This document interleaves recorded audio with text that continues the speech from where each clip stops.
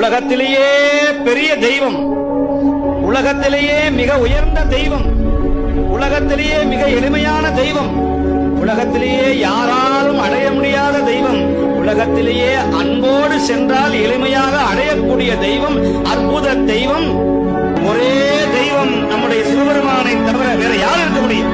ஹர ஹர ஹர ஹர சிவனே!